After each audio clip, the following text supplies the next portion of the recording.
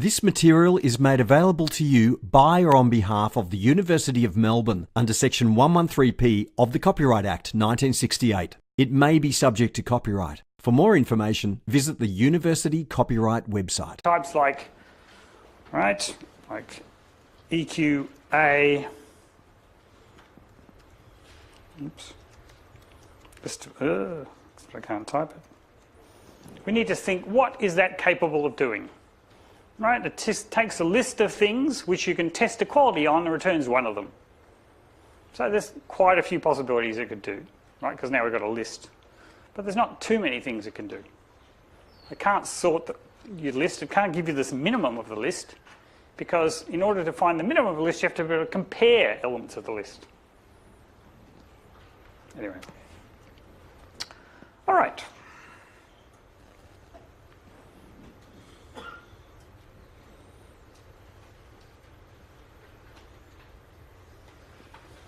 So let's keep going. Now, I'm going to skip through some of these slides because a lot of you aren't familiar with C in any case, and this is sort of comparing how we do things in C and Java and Haskell. And I'd rather you just saw the Haskell. Okay, so just to show you, it took 2 slides even to define how to do this kind of stuff in Haskell. Let's look at how we'd represent expressions in Haskell. It took 2 slides to represent them in Java. So arithmetic expressions we want to represent. So we're going to build a new type to do that called expression. And we need to represent what kinds of things? Well, we need to represent the base things, which are just the numbers. Okay, let's just stick for integers for the moment. So we're going to have this data constructor number in which we store an integer. Right? So an expression which is just a number 1, I'm going to store as number 1. Yep. And then an expression which could be a variable, right? Because we have things like x, which we want to write down expressions, like an x plus 1, that's an expression. So we're going to have a variable, and then we're going to have a string, which is the name of the variable. So the variable x would be variable string x, right? And then I need to be able to add those arithmetic operations to them. So I'm going to have binary operations, right? So here there's 2 things going on here. Binop, that's the data constructor, right, which takes 3 different things and gives you back an expression. And its first argument is one of the binary operators. So this is the type binary operator, which is defined here, which is one of plus, minus, times, or divide. Right? And then, of course, I have this, let's say, a plus, and then I have to have 2 arguments to the plus. So here's the first expression argument and the second expression argument. Right? And the other thing I can have is unary operators, which only operate on 1 argument. So for this case, we've only got negation, right, minus, which we use when we negate something, right? We use the same symbol, but it's a unary operator. So it takes a unary operator. At this present time, there's only 1, so this is a bit of overkill, right? But later on, we might add some more, like inverse or something, and the expression that we apply that unary operator on. Okay. So we've built up quite a complex type. So I can represent things like x plus minus y, which you can't see. That's interesting. Oh, I'm off the top. Goodness me, this thing hates me. X plus minus y. So I write variable x, right? That's this expression. I've got variable y, that's that expression. Then the negation of this is, I'm going to run out of space, but anyway, unop negate, and then that thing there, right? Unop negate variable y, that's an expression representing minus y. Yep. And then I need a binary operator to get the whole thing. The binary operator I need is plus, and then the first argument is this one, and the second argument is that one. All right? So I've written down that whole expression in that long, big string. But it's also got the structure of that expression. Right? So you've got to think about how would you do that in other languages, and what I skipped over. So if you want to do this kind of thing in Java, you'd have to build some classes which extend expression. You'd use subtyping. In C, you'd build a structure type with all these kind of things in, right? And what I want to convince you is that, A, this is concise. It's almost self-documenting, right? If we look at the cases for binary op, the first one says it's a number. Here's the number. This is a variable. Here's the variable. This is a binary operation. Here's the binary operation, and here's the two arguments to it. This is a unary operation. Here's the unary operation, and here's the one argument to it, right? All written down like that concisely. It allows us to manipulate this structure. It's entirely free of meaningless notes. Okay. And the most important thing is it's not error-prone, right? We can't, in the C representation, I have all the fields, okay? I could have a string field because it might be a variable. I can have two expression fields because it might be a binary operator. And if it's a unary operator, the second one's not going to have anything meaningful in it. I'm going to get the wrong results. Right? You can forget to initialize some fields. You can do all kinds of things wrong. Right? And indeed, the C representation requires more memory than this one. Okay? Haskell will basically try to go, oops, if I get to the definition here, right? We'll basically need a tag bit or a byte for these things, and then one word for each of these pointers for these things, and a word which could be this, or it could be compressed for these very small types that realise actually I only need 2 bits to represent that type. Right? There's only 4 possibilities. So the Haskell compiler can do a very good job of making its representation compact, and you don't have to think about that at all. Right? In fact, that's irrelevant in the world of programming. So if we think about the maintenance of these different kinds of things, Haskell is actually very straightforward. If we want to add a new kind of expression, we have to go back to that type definition and add one more new case. And then we have to look at every function that handles expression and add handling for that case. But indeed, if we forget one, and we've got on one of the Haskell flags to say, warn me about missing alternatives, it'll actually tell us exactly the functions that don't know how to handle that expression. Right? If we want to add a new operator, a new operation for expressions, a new kind of thing, then in Haskell we just add a new function. Nothing else changes. The data structure hasn't changed, so nothing has to be done. Right? The point of the Haskell is we're not ever going to worry about memory management. We're not worrying, and we're not building a class structure to just represent a discriminated union type. And we can directly switch on alternatives. You've already seen this. This is what we do usually with a headline of a program, but we can do it with a case statement as well.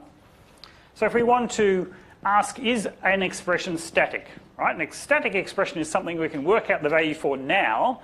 So that means it has no variables in it. Right? If I give an expression 1 plus 3 times 2 minus 6, you can work out the value. That's a static expression. If I give you the value if I give you the expression x plus 1, you can't work out the value yet because you don't know the value of x. So it's not a static expression. Yeah? So that's a useful question to ask. How do I check if an expression is static? And I could have done this by cases, like one definition of is static for each case, but I can also use the case statement. Right? They end up being the same. So a number is always static. Right? It's got a fixed number in it. So that's a static value. So we return true. A variable is always not static, right? Because we don't know its value, so that's false. If we have a unary operation, what do? Well, we just look at the second argument, which is the argument we're applying this operator on, negate, it'll only be, and we ask, is it static?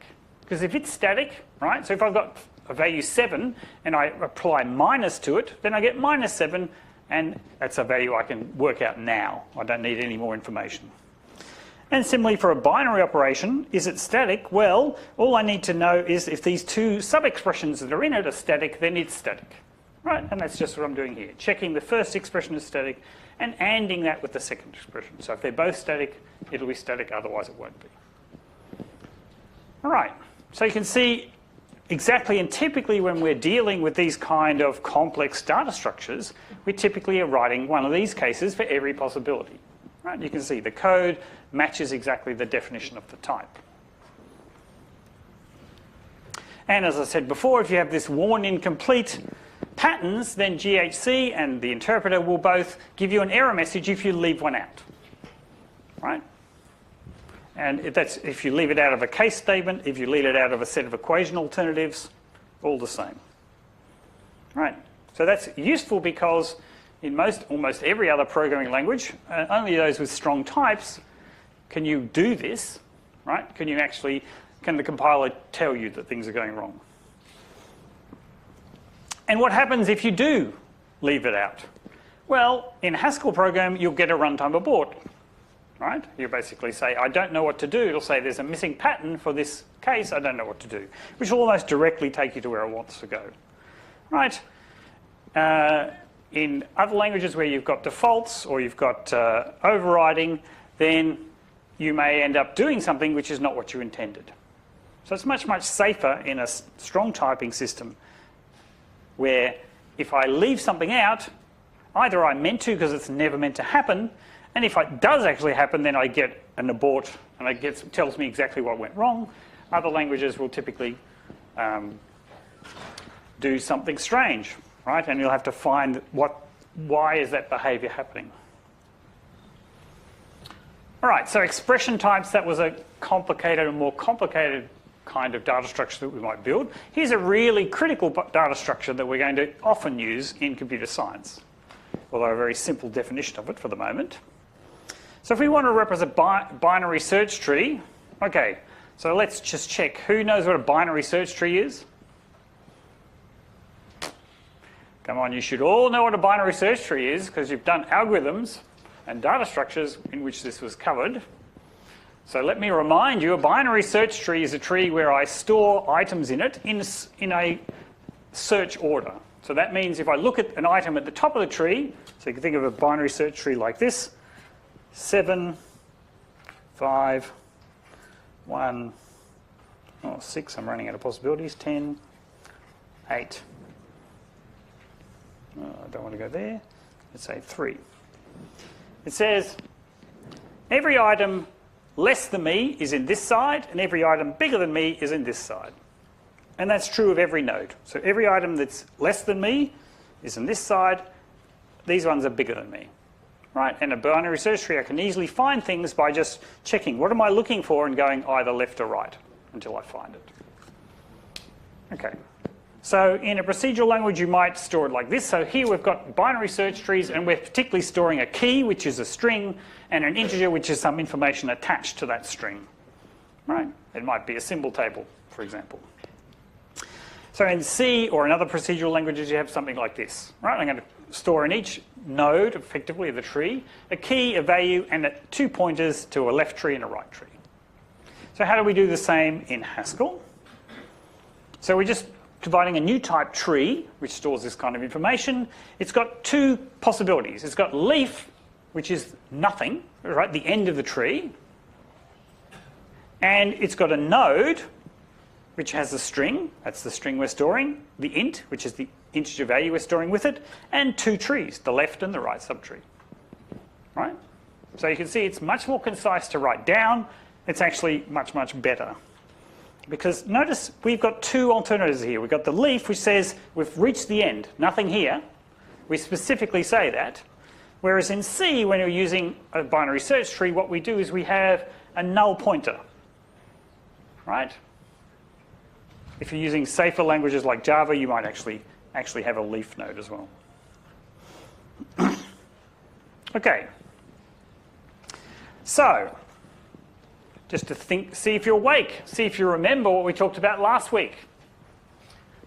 How would you represent maybe a tree or maybe nothing in Haskell? Okay? Now maybe, there's a big hint in the word maybe. Do you remember what we talked about last week?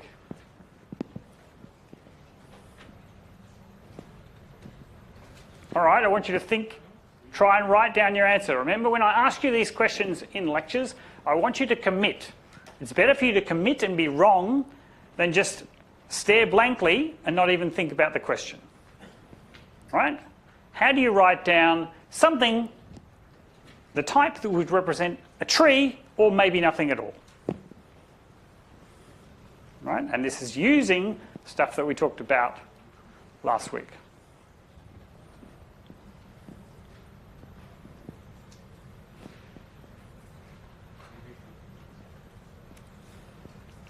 Maybe tree. That's the type. Remember maybe?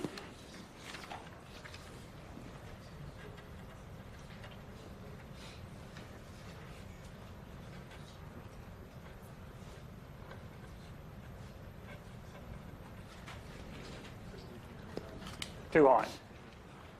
Every week it's a different place. That's the definition of the maybe type. Right? It has two possibilities. It has nothing, or a maybe a just constructor holding an object of type A. So that will hold either a tree or nothing. Yeah? Okay. For those of you who know C, or you can think about the same thing in your in your other languages. How do you represent maybe a tree, maybe nothing in C? Since most of you don't know C, I won't ask you to think about it too long. So the problem is, in C, we were using null pointer to mean it was a leaf, right? So we either had a pointer to a node, which had the item in it, or a null pointer, which meant there was nothing there. So now the problem is, I can't use a null pointer to represent nothing, because a null pointer actually represents a leaf, a tree with just nothing in it, right? So a null pointer would then have two meanings. It's either meaning there's a tree with nothing in it, or there's no tree at all. Yeah?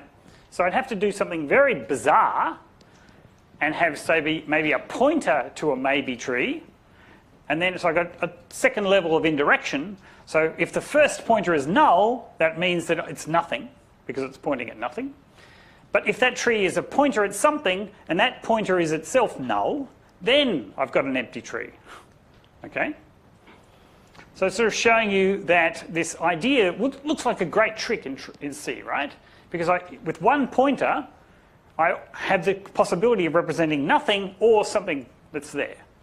But it leads me into grief as soon as I want to start do complicated things with it. All right? So C's way of doing things, C is very, very good for doing things if you want total memory control and you want to use the least amount of space. If you're willing to do all the control, then that's fine. But actually, for almost all applications, it doesn't pay off. Right? The only applications where you need total memory control are things where you're doing literally billions of operations, so you have to be fast, right? Or you're doing something which just won't fit into memory unless you make it as small as possible. And that's very few of the applications we generate anymore.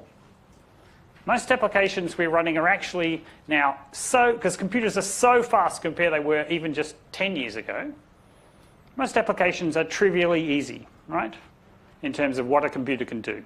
We don't have to worry about getting the memory management right and making it tight. We're much better on concentrating on getting it to be correct, right? And in a language like Haskell, where we don't do the memory management, then that's much, much easier. All right, so let's look at counting nodes in a BST, right? So if we want to count the number of nodes in a BST, it's as usual in Haskell, we're going to have one case for the base case. If we see a leaf, how many nodes are there? None. Easy. If we see a node, how many nodes are there? Well, there's one, that node we've just seen, plus the number of nodes in the left tree, plus the number of nodes in the right tree. Very simple. Right. To write it in C takes longer because we have to run through these cases. Yeah. And you can see pattern matching, right, which is what we do here. We say, oh, this is a node. Its first argument we don't need to think about. It's a string, but we don't care about it for this counting. And its second argument, which is the value, we don't care about for its counting. We just need to know left and right. So that is very, very concise. It just picked out for us the left and the right, which are the things we need to do the count nodes on later on. Right? Much easier than using this dereferencing record structure lookups.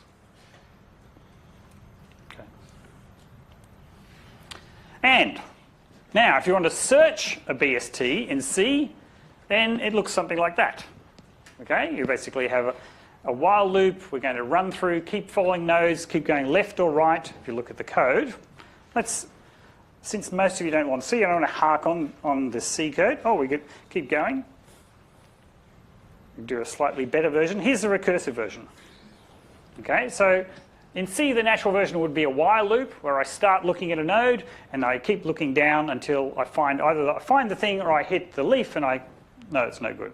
But I can also do it recursively. Right? I can say if I search a BST, if it's the one I need is here, I'm finished, I return it.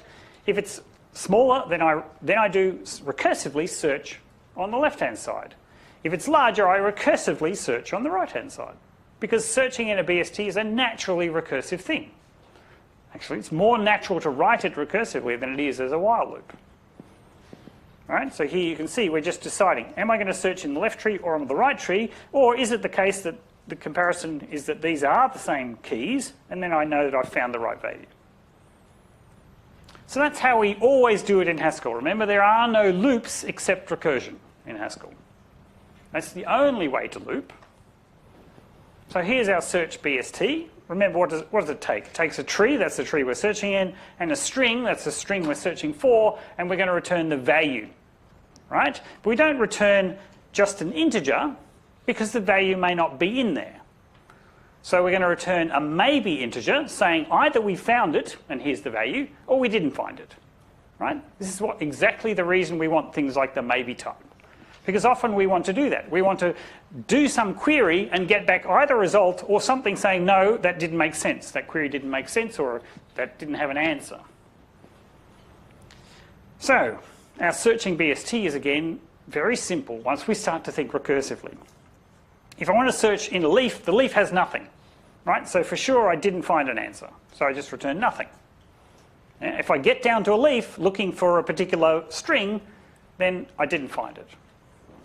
Otherwise, I've got a node in front of me. Here's the key string. Here's the value. Here's the left and the right trees. And this is the search key, what I'm actually looking for, the string that I'm looking for.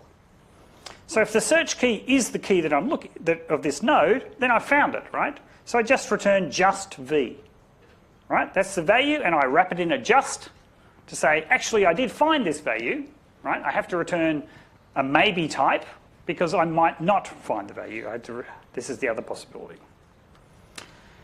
Otherwise, I just compare the two keys. If the search key is less than the key in this node, then I know it's in the left side. So I just recursively search in the left side. Otherwise, it must be in the right side. I recursively search in the right side. Yep. Just, remember, is just constructor here for the maybe type. So it's just a built-in type which allows me to return some object or nothing. Yeah? And that's exactly, and it's why it's used, because for searching a BST, there are kind of two results. I could fail to find the object, or I could find the object and return the thing. Right? If you think about doing it in a more normal language, I might say, okay, return an int, and then I return 0, meaning I didn't find it. Except that if I want to store 0 as a possible value, then I can't tell the difference between those two possibilities. Right? So that's why the just, or the maybe type, gives me the ability to do this very common thing. I want to return a value, or something telling me that I didn't find it. Peter, Yep. do you need a language extension to do the multi-way if else? No, I don't think. It's not a multi-well itself, right? If, else, and then there's another if here. Okay? Else. So it's just, because there's always an else, remember, so we don't have the problem in other languages where we don't know where the else joins. So that's not here. So this is really just if this test. If that fails, we go to here, we do if this test, then this. Right? So it's not actually a multi-way else. Yeah? It's just two ifs, one nested inside the other. If, then else is one nested inside the other. Okay? I suspect there is an elif, but I can't recall. Doesn't that mean that the else underneath the if, though, has to be in line with the if? Yes, that's a good question. Well, let's see. You should never be afraid of trying things out. That's a good thing about languages like this. So let's edit.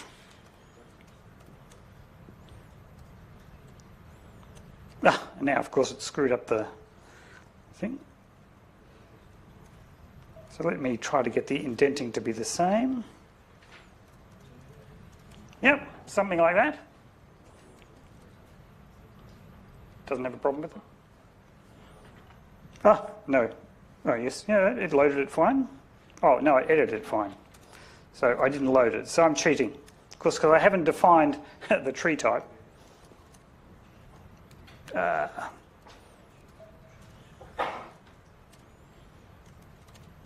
So I have to define my tree type. That's the problem.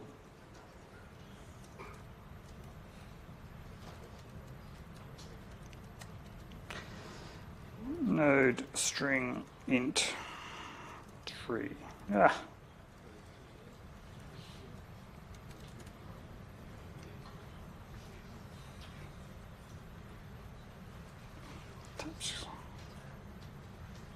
Yes, this is the glory of trying experiments on the fly. Multiple declarations of search BST, that's strange. Oh, okay, sorry. No, that is definitely a problem. Okay, that is an offline error, which is going to be problematic. Okay, yes, it's fine. Yeah. I mean, typically, as long as there's no ambiguity, Haskell will try to work it out. Yeah. And I think possibly it might even be special for that, because that's such a common thing. If, else if, else if, else if, else, right? So they're actually looking for it. It'd be my guess. So the offside rule's a bit of black magic in some respects.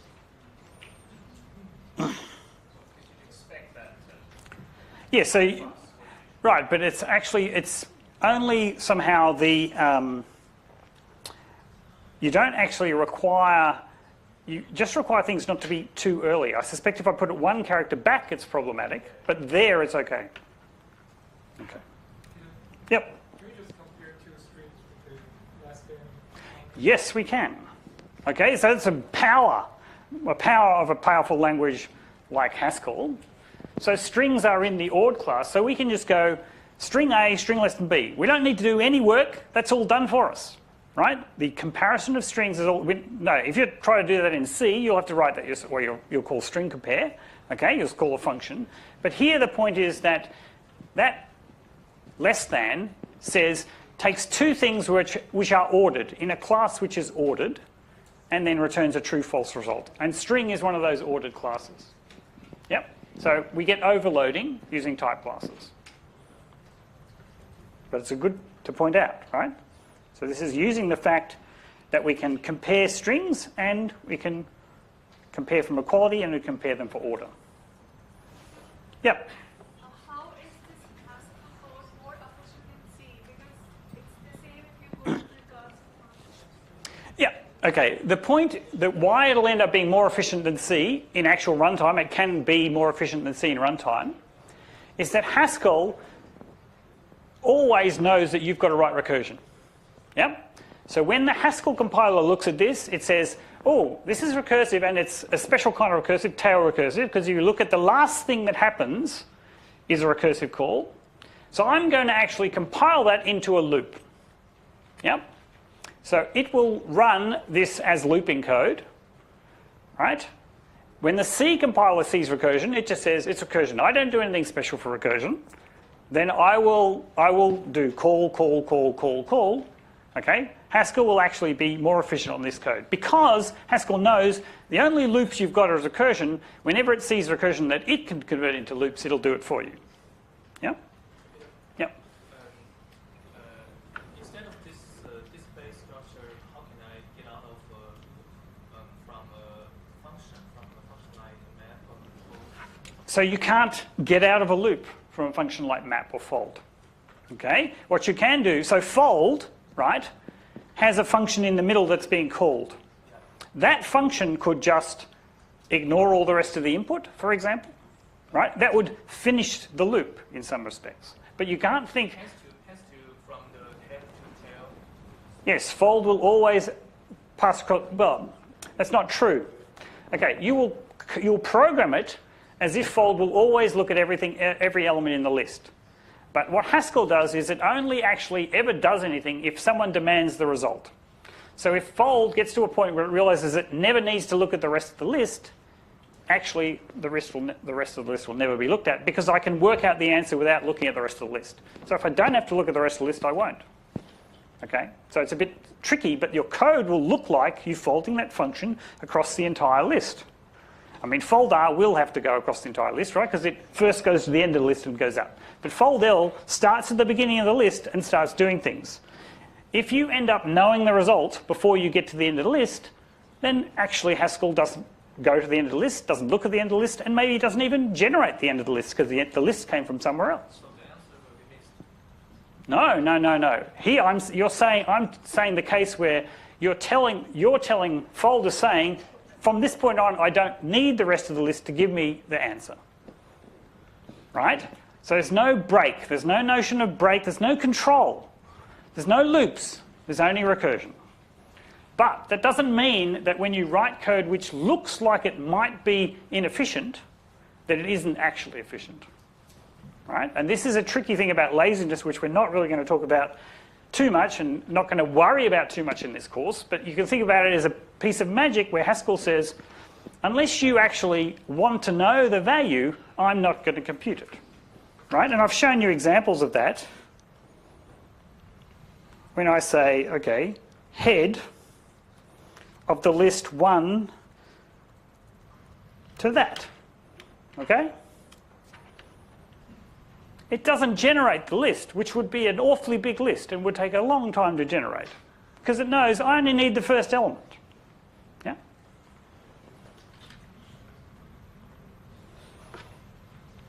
Okay. So we've seen all of this code that's working on trees, very similar structure, because this is the structure of code that works on data structures typically follows the structure of the data structure. And the nice thing about having the data structure explicitly defined in terms of these discriminated union types is then the code works the same way, right? You have an equation handling the base case for leaf and an equation handling the case for a node. Yeah? And these are really common occurrences. Right? A function is an input with a data structure where you need to process all of the data structure, or only a selected part. If we're doing search, remember, we only actually followed some path down the tree. Yep. And basically, what the function needs to do basically only depends on the shape of the data. And it allows us to write very concise code. Okay? For those of you who've written search in a BST in any other language, for sure it was longer than that. Yeah? Okay, but this gets us to the point where we've got to think about it. We've got to think about different things, right? We don't have this procedural control. We don't have loops and breaks. We only have recursion, and we have to start thinking in a totally different way. We have to think declaratively about what we want. We don't care. We only want to know what's the value you return to me. We can't think about this, do this, then do that, then do that. Now, of course, you can program in declarative programming in code that looks like that, right? So we have a C function or a procedural function which says, I do something in some straight piece of code A, right, follow some steps, and then I do a loop, which I go around for a while, and then I do another follow fixed steps, and then I go around another loop, and then do another set of fixed steps, right? So a kind of function I'd write in a procedural language, whatever kind of procedural language. How do we do it in Haskell? Well, we're going to just chain together functions to do all those bits. Yeah? Because if you think about it, what's happening here is we come in with some initial state of the system, we change the state. We go around the loop changing the state, then we change the state some more, right? But the state is a big complex object. We want to only think about what we actually change in each of those parts. So we're first going to do the first piece of code, right? We're going to work out what that first piece of code does. It's going to return some value.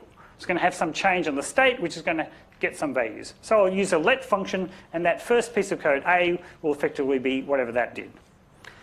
Then I will take this result and feed it into my loop function, right? Which takes an input from here, goes round the loop, and returns the result at the end of the loop. Then I'll use that, presumably here, to work out what the B part of code does. Then I'll take the result of that, I'll feed that into the initial state for my loop function here, goes around the loop many times and returns the result, and then I'll do the final bit. And these loop functions will have at least two cases, right? They'll have a base case and a recursive case, right? And that'll be controlled presumably by arguments that we're putting in. So that is just a way of breaking down what happened here in a functional way, right? If we think about this in a functional way, it says I've got A, right, which took some state and gave me back some other state. Yep. And then I had loop 1,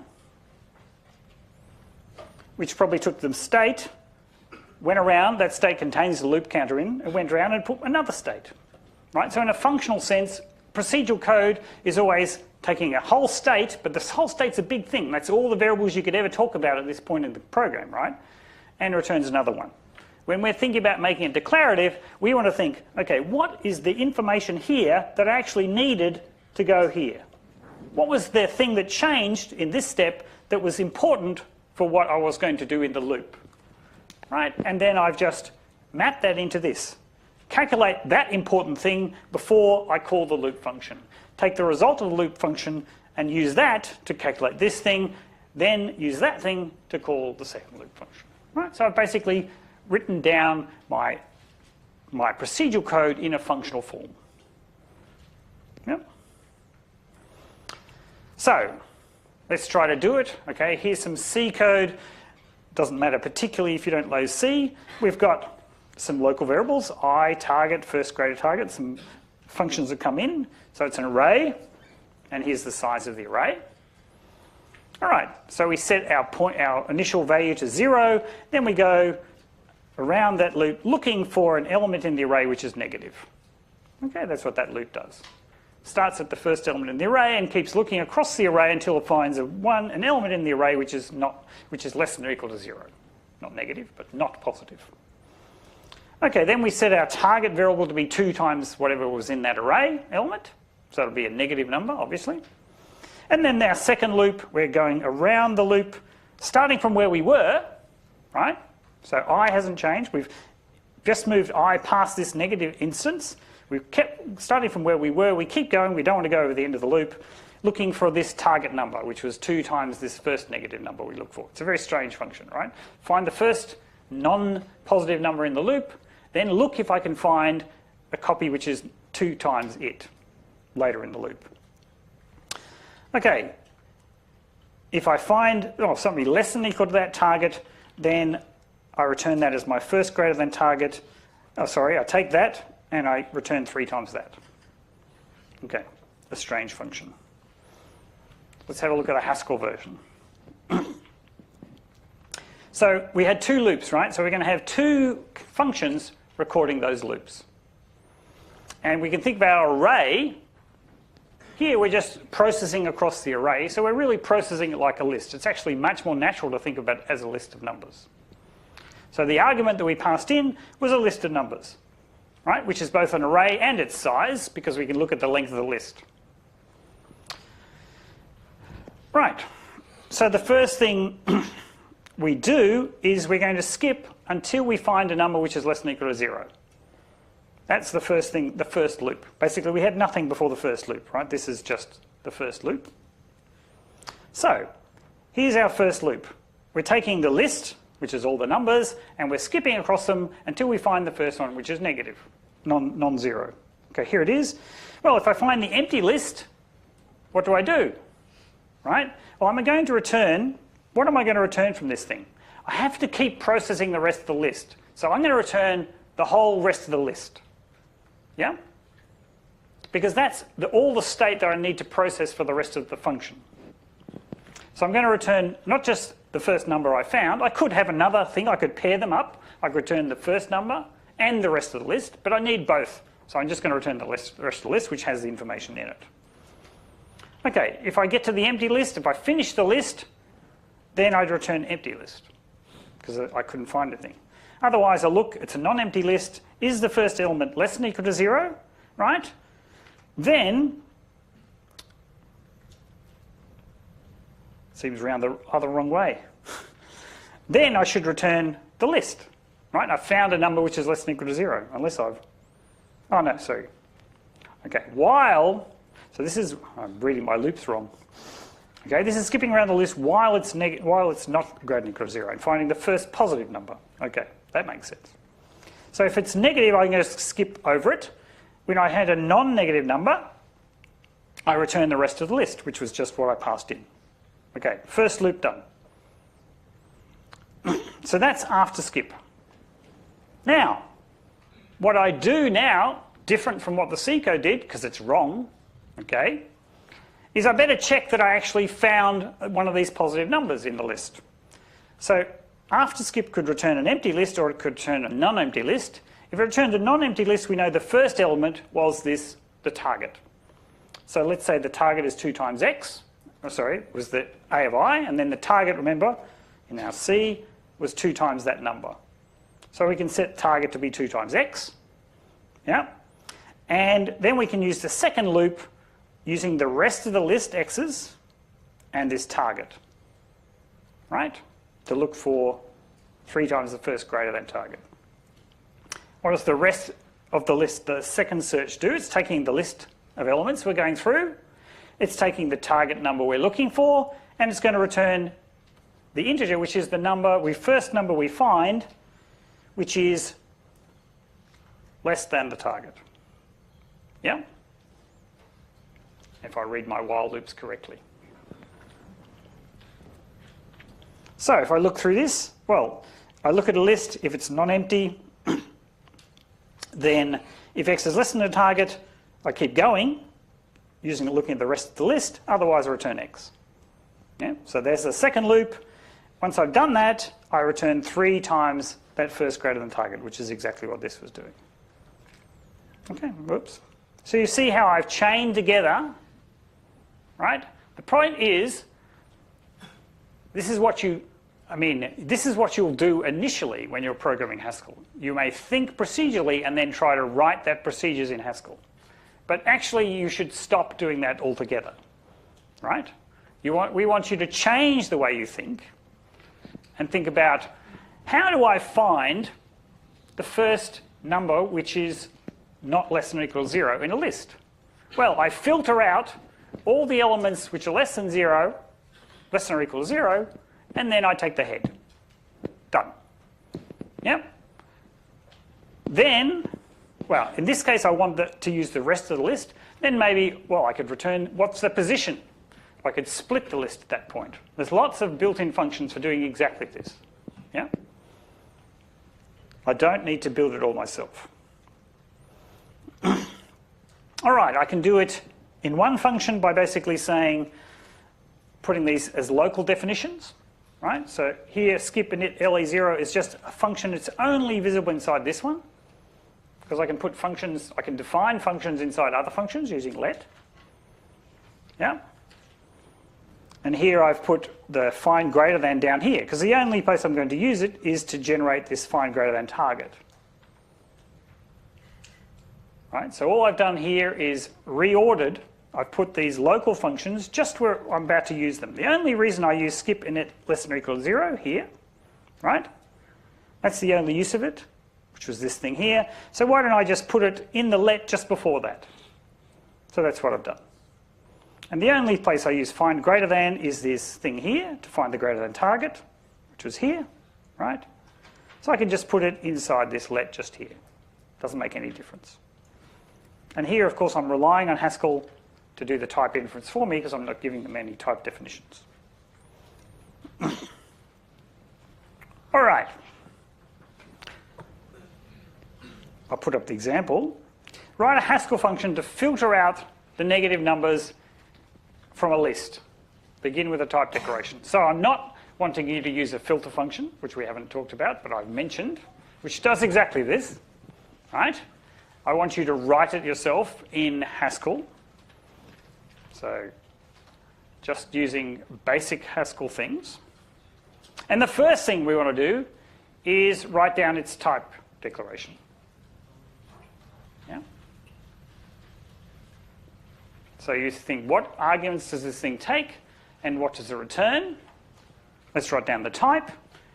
And then let's write down the definition. And remember, just like any kind of list processing, we're going to have a case for the empty list, and we're going to have a case for the non-empty list.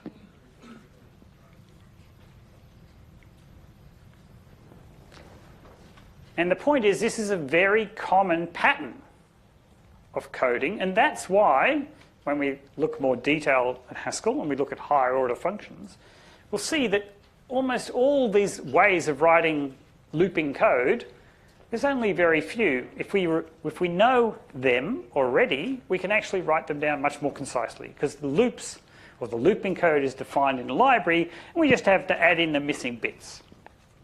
But in order to add in the missing bits, we have to pass in functions to this looping code. So it needs us to think in a different way. All right, please commit. Type something. Write something. What is the type? The type should be straightforward, I hope. Right? Although you can make it a little bit more straightforward. I just said a list of numbers. Didn't say what kind of numbers. Right? So, okay, a list of integers. We could have a more general type than that if we allowed other numbers where it made sense to talk about negative, which is all numbers, I guess.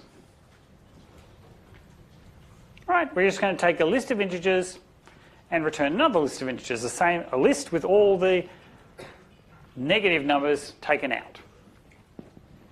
And we've almost seen this already, right? In the previous slides, we saw searching across the list to find the first one which was not negative, or at least was not less than or equal to 0. Almost the same. So you just have to write two equations. What happens when you see the empty list?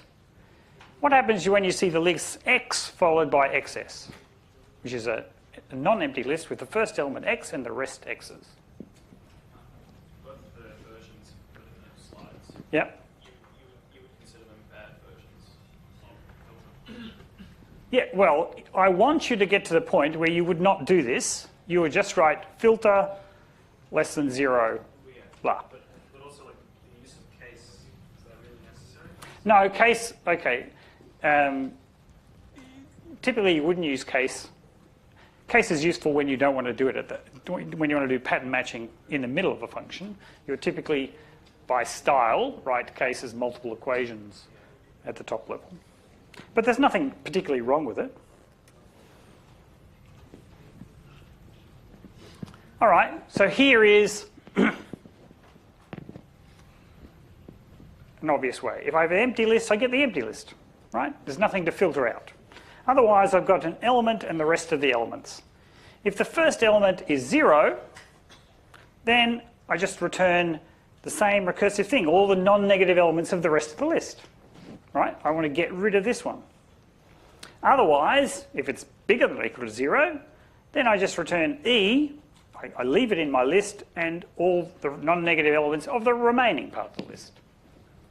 Right? So we just got to think recursively.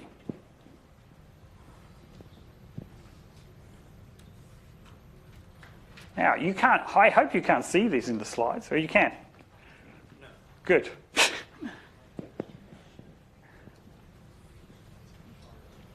Otherwise, I've handed out the wrong version.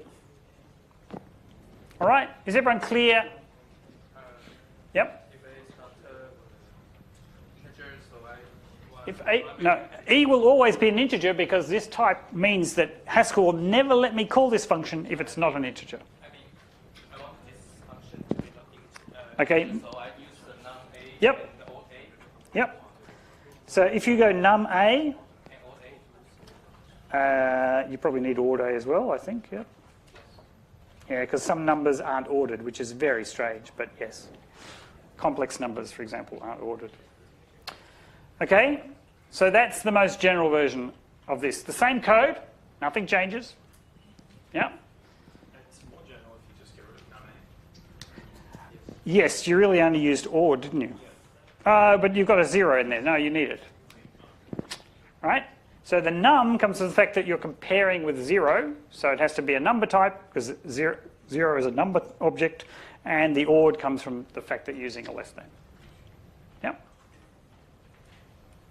Same code works perfectly well.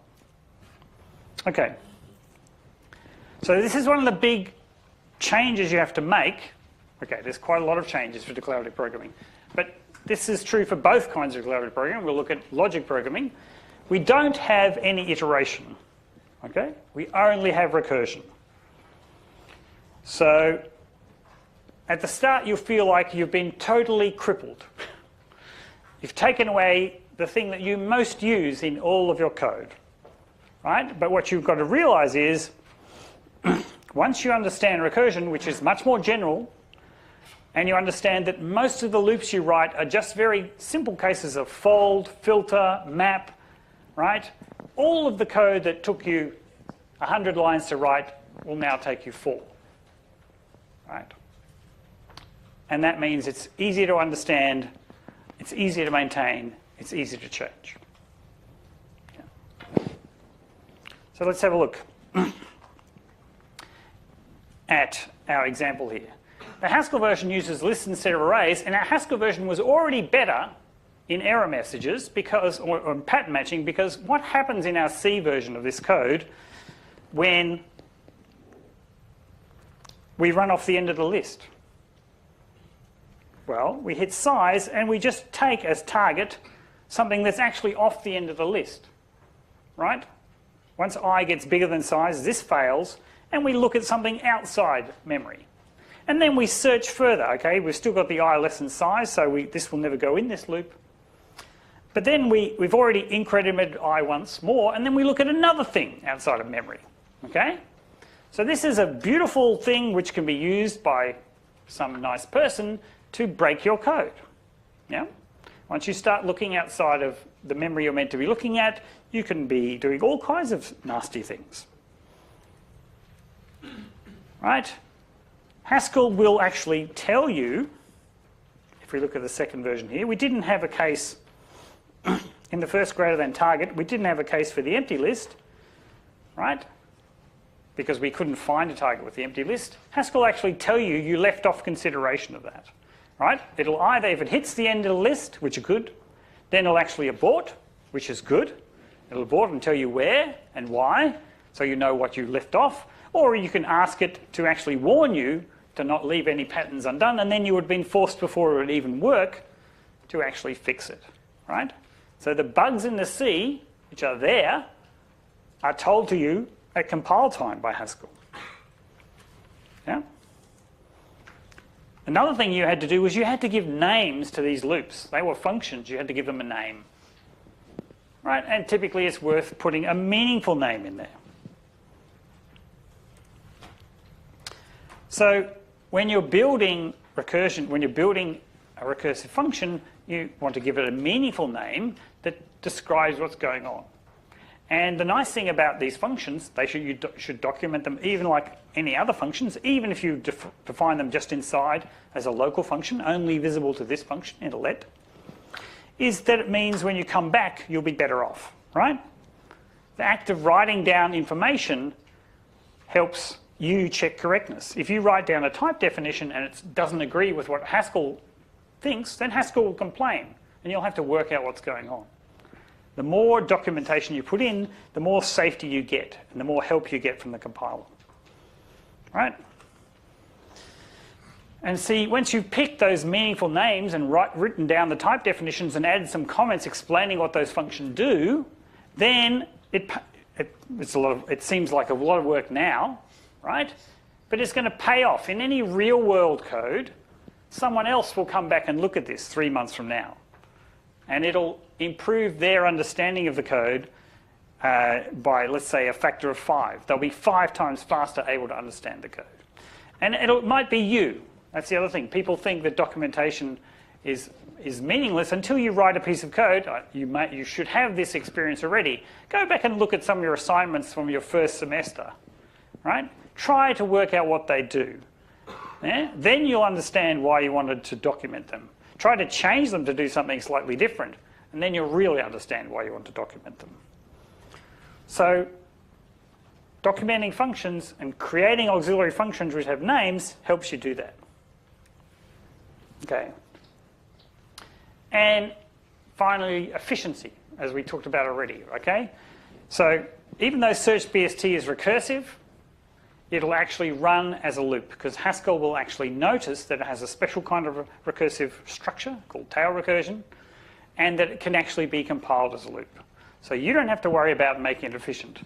And what it will be, and even it'll be inefficient in the sense that, I will look at that in general, Haskell, when I make a tree, it's that tree forever, right? So the only way to change a tree, when we look at insert, is I have to build another tree. But I'll only do the minimal amount of work, and Haskell will do all that for me, right? So even though we'll write a recursive version of this, which looks very inefficient, yeah, the Haskell compiler will actually compile it down to a loop. Yep. And it's true, as I said at the beginning, if you want total memory control, because you've got really, really fast requirements, then you do want to write languages in C or C++, or maybe even sometimes people go down to assembly code in the middle of their C code, right, to get ultimate speed. And this happens. And some people, and this may be really important in, say, a graphics library or something like that, yeah, where you want to do things as fast as humanly possible. Or it's very important in some kind of database operations where I want to run over gigabytes of data, yeah. But for most of the applications we do, actually none of that's that difficult, right? If we're only scanning linearly over data, then we can do that perfectly well in Python, which is an interpreted language. And interpreted languages can be 100 times slower than compiled low-level languages like C, but actually this is often not the problem. And the difficulty is much more important to have correct code than to have fast code. Yeah? There's only very few cases when we're building applications where that speed really is important. All right. Let's think again. Writing a type declaration for a Haskell function to insert an element into a sorted list of integers. Okay, as I said, once you've got a list of integers, if I want to insert an element, I'm going to return another list of integers because they're not the same element, right? This is not, we don't have mutable state, and this may seem like torture because you're used to thinking in those ways, but actually it's glorious because we don't have to think about storage, we don't have to think about state, and we don't fall into all the traps where we by accident modify some state when we didn't, or we leave it in a state in some kind of weird form that it shouldn't be. And the problem is that happened 100,000 lines away, and now we're affected by it here. Right?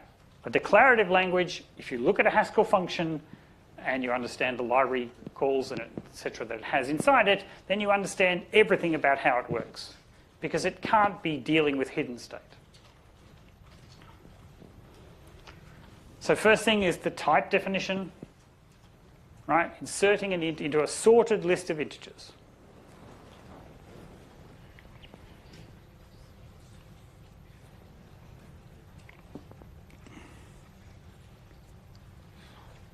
Once you've got the type definition, then think about the function.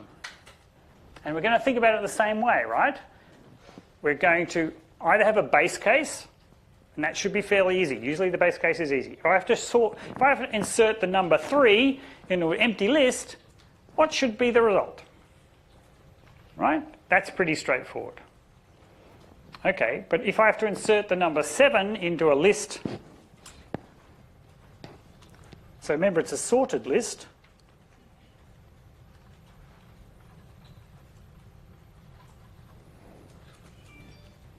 then I have to think about that question. How do I insert 7 into this list? Well, if I'm only looking at the first element and the rest of the list, what can I know? Right? There's really only 2 cases. Right? I've either reached the place where I want to insert it, or I haven't yet. And I need to build up the list with 7 in there. So it has a very similar shape to our filter. Right? So you should have seen the function already, right? What do? Oh, the arguments could have been the other way around. We could have taken the list and the integer and then returned the list. So it could be list of int, int, int. Typically in Haskell we're going to write the list argument second, and that's because when we get to currying and things like that, that's more useful often. But that doesn't matter. You could have swapped the order of those arguments. It wouldn't make any real significant difference to the code.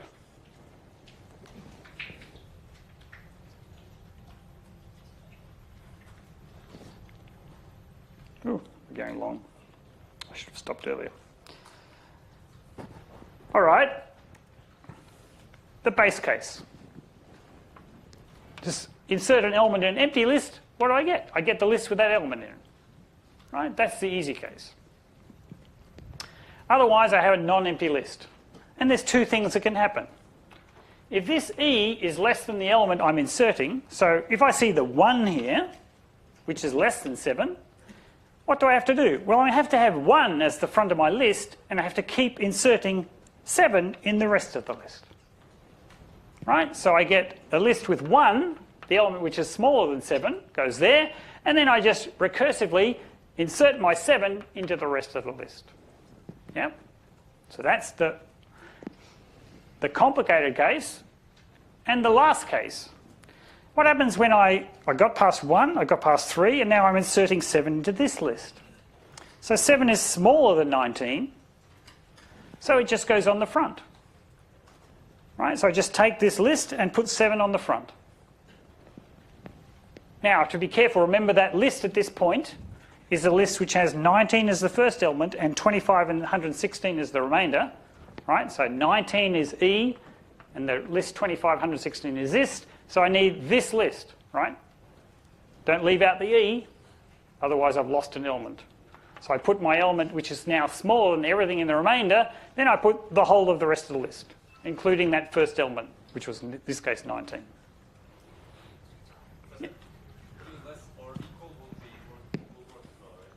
Yes, it will, and it'll change behaviour. Actually, it won't, but it change the result. Think about what happens if you put less than or equal to there, right? Then imagine this, these things are equal. The element is 7, and I had a 7 in the list. With the code I have there, I actually I say that E is less than else is not true, so I take the 7 in the list and keep it, and then I end up putting the 7, the new 7 effectively goes in there. Less than or equal to is actually better, because if I get here and I look at 7, which is equal to me, I can just insert my new 7 there. Right? So it's arguably that less than or equal to is a better version of this, because it looked at one less element, and you think, oh, one less element, who cares? Well, this might be a list with 100,000 7s in it. Right? So do you want to traverse those 100,000 7s, or do you want to just put it right here?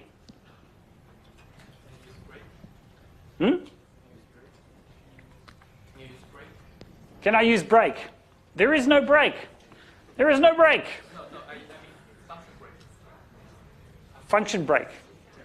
No, I don't know what you mean. Oh, break a list. Sure, okay. Okay, the library function break. So we could do it. So it's not the idea of this because when we're building these simple things, they can all be built with the library functions and prelude functions, okay? But break actually doesn't, I can't remember what break does, because I thought it inverted the first half of the list. Anyway, it's well overdue for our, I can't remember if it gives you the list in 2 parts. The problem is with break, you have to do the,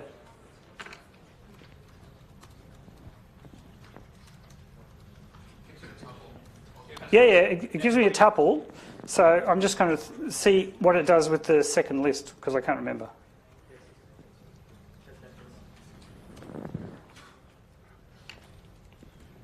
Well, that didn't do what I expected. Oh, it breaks at the first point, so I want greater than 7. Okay. Yes, I can use break, and then I can put 7 in the middle. Yep. The point is that will require me to concatenate. This will be more inefficient.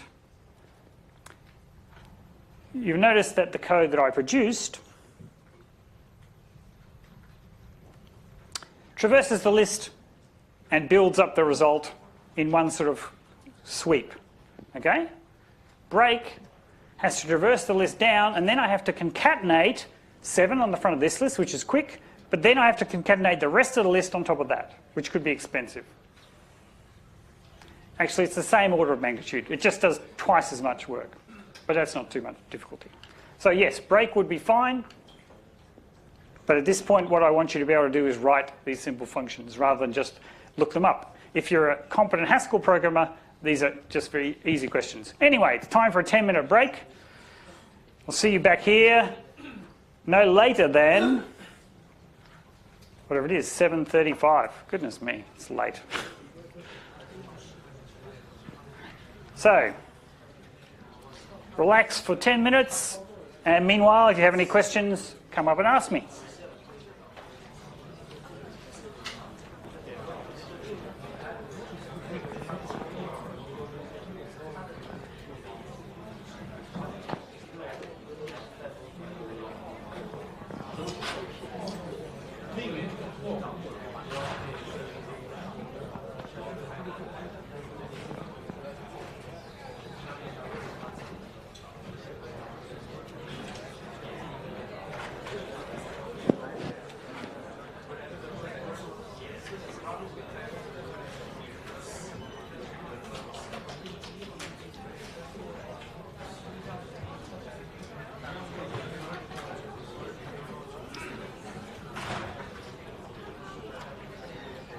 The main cost of break is that it's going to build that intermediate list, the first list, which you never actually need.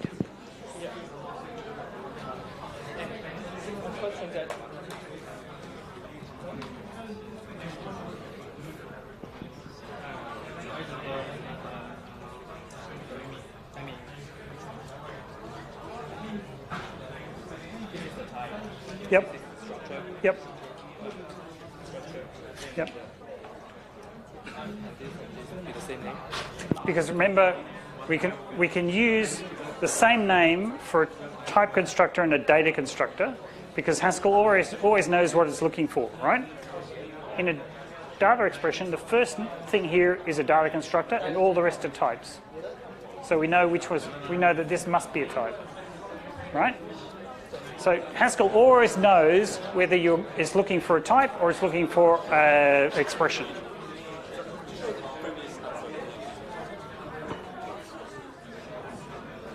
This one? Sorry, which? Negative filter. Oh, okay. That one. Yeah. Question about the assignment, the constructing the module. I've got my functions and I can run them in GACI. Yeah. How do I? So put all the functions in one file called project1.hs and Yep. put that on the top. Put that on the top and then just copy and paste Yep. that. Okay. And then you can compile it with Project One test, and that'll give you an executable you can run, and it'll test. And if you look inside Project One test, you can add some more tests if you want. Yep. There are a few cases that don't quite work Okay. from the description. Yeah. Well, then it'd be worthwhile getting them all working.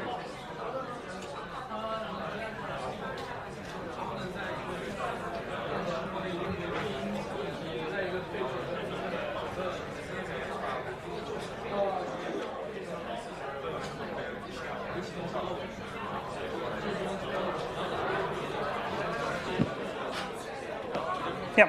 Some questions about the BST.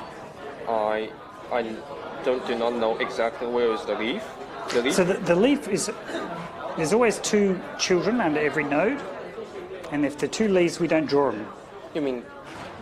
So right, every node has a string, a value, and 2 children. So under here, there's 2 leaves, and under here there's 2 leaves, and under here there's a leaf over here. There's always a left and always a right. So you mean that? It's the same as in C, right? In C, there's always a left and a right pointer, and some of them are null. Yes. I mean, if I have a tree, just have one node, one. You mean that it's a node And it has 2 leaves? subtrees, yep, with 2 leaves underneath it, yep. This is a leaf. Yep. Okay. And what's the string k and what's the value? So this is So we've got a simple version of our search tree, which has a string, which is the key, and a value attached to that string. So we're storing strings and some number attached to them. You mean if I have a node? A node stores a string and an integer. The string is meant to be a key because it's ordered by the strings, right? So we use the strings to search. You mean the node like this? A Yep. string and a value? Yeah, You mean that? they're stored in the node, right? Okay, I understand. So the BST there here is means I according to the string to find the number. Yes, Okay. exactly. I use a string to look up to find a number. And that's only because how we use it. I mean, the same structure, we could use an integer to look up a string, but then we would order the tree differently, right? Yes. I see that we compare the search strings, key. yeah. Yes. It means that the tree is arranged by Yes. the order of the string. Exactly. If we just change this to compare the values, so we're looking up a value, right? But so we're assuming that the tree is ordered by the string. Otherwise, this won't work, right? Okay. So if there is a string B, the A must on the left. of Exactly. the- Thank you very much. Yeah. I still got the question in Sam 1, but it's about this one. So like this is actually like say node KVLR, right? Yep. But is that the previous like setting that predefines one? Because like I don't know like So that node was defined back, yeah. So when we defined the tree type, there, over here. Okay. there, it's that Okay. node there, I'll just string like right? why is Okay, saying, like, yeah. rows? So that's a string, that's an integer, that's another tree, and that's another tree. Yeah, so it actually like just doing like saying giving It's just a pattern match. Yeah, yeah. So If it's of this minus form, K, V, or LR Yeah. sort of things. yeah, it's just saying for a node, and we want to give K the name to the string, V the name to the int, L the name to the first tree, and R the name to the second tree, just a pattern match. Also, I got some questions for the previous one who was study. When we did 35, right? Yeah, we're okay. 35? 3 minutes. I was asking like for this one. I know like this is the actually got the constructor and this Yep. is arguments. And what about this one? It's a type. That's a type. So it's like saying so It has the same name, right? yeah. So a card is just two things paired together, a suit and a rank, Yeah. and we're pairing them together with this constructor, which we're going to use for pattern matching, Okay. right? So when we want to use this card, Yeah, we're going to match it with a card. Let's say card S R, and we know that S will give us the suit and R will give us the rank. yeah. So like say when we're using this one, so we say Yep. I want card grab or something. Yep. Is that we're matching with this card or this card? So the pattern matches with this card. We use this card when we say, oh, I want a function which takes a card and returns me the rank, right? Then it's a card type that returns me the rank type, right? But what it'll do, I mean, that function will be defined. I'm just going to do it on the board, right? Card rank, which takes a card and gives me a rank, is going to be defined something like this, card rank. So here's the pattern match. It's card followed by suit followed by rank, and it returns the rank.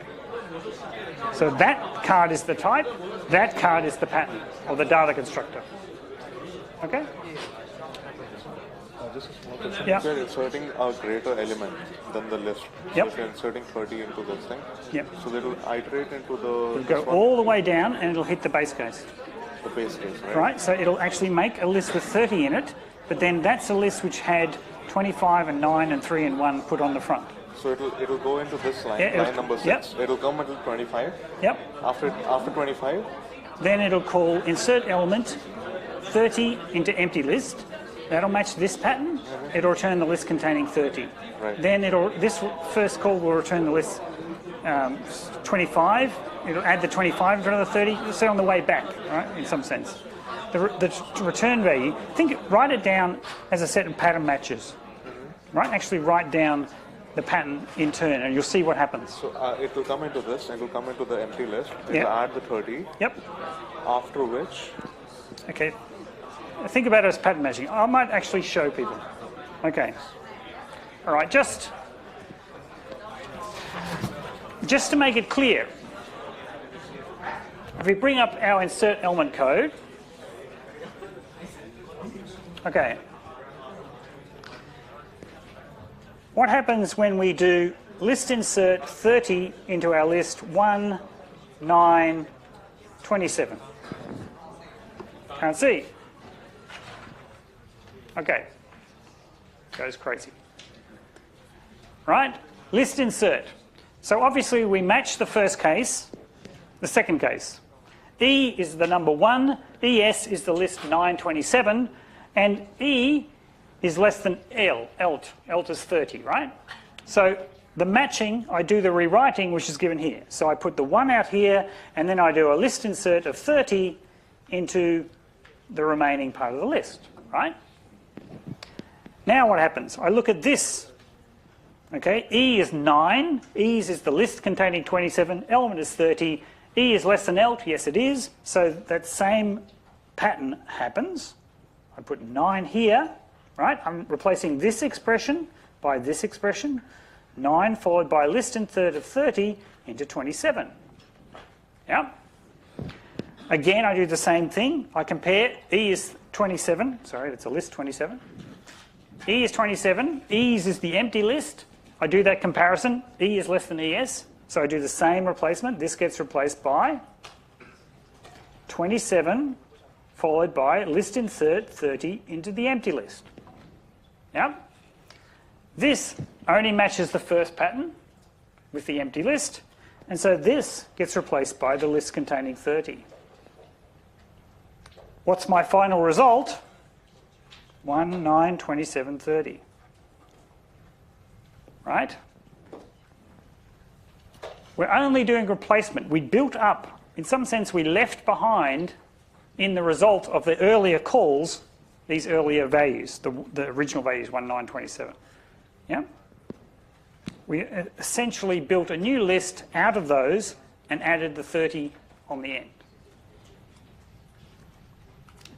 Just important that you understand how this goes. And that's the only way you can really think about it. We're just doing pattern replacement.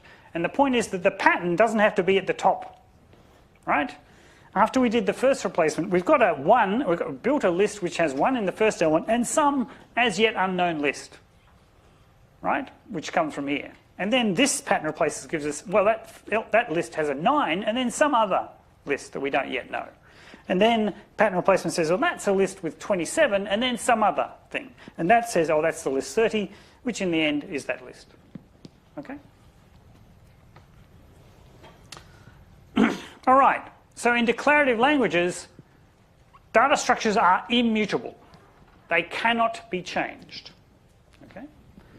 So we build something. If we want to change it, we build a new thing.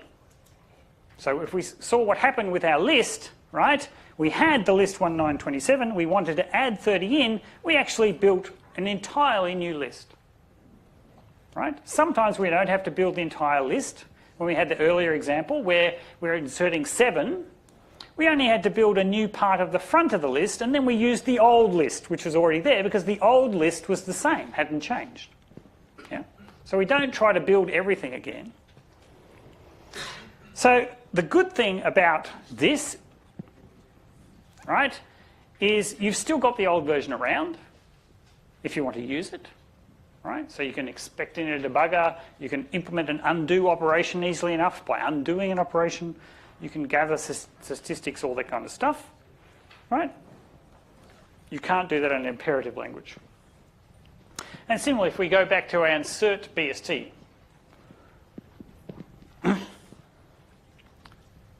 then every time, okay, this is not searching at a BST. Let's look at inserting in a binary search tree.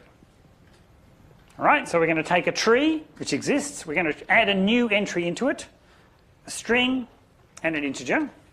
We have to decide what happens if the string's already there. What are we going to do? Let's say we're going to replace the integer value that we had by the new one. Yep. So, again, we just have to think recursively. If I'm inserting a new key and value into a leaf node, what am I doing? Well, I just got to create a new node, right? The only tree that I can create is then just a basic one node tree, which has the string and the value and 2 leaves, because, right, every node has 2 leaves. So that's a tree which only has this thing in it, nothing else. Yeah? And then we have to think about the recursive case. So now we're looking at a tree. The top of the tree has this node with this key and this value and a left and right subtree. And here's the key that we're trying to insert, and here's the value we're trying to insert. So if the key is already there, we basically just want to replace the value with the new value. Right? That's how we're defining our insert here. So what do we get? We get a node, but it's a new node because it's changed. It's not the same as what we had before. Has the same key value. Well, it's the same because those two are equal. We just tested. The new inserted value and the same left and right subtree. Right? Because we didn't have to look at those. They're just copies of the ones that were already there. So that's the base case. That's when we actually insert. There's 2 ways of inserting in the tree. I can find the key that I'm looking for and I can just update its value, or I can find the key wasn't there and then I can create a new node for that key.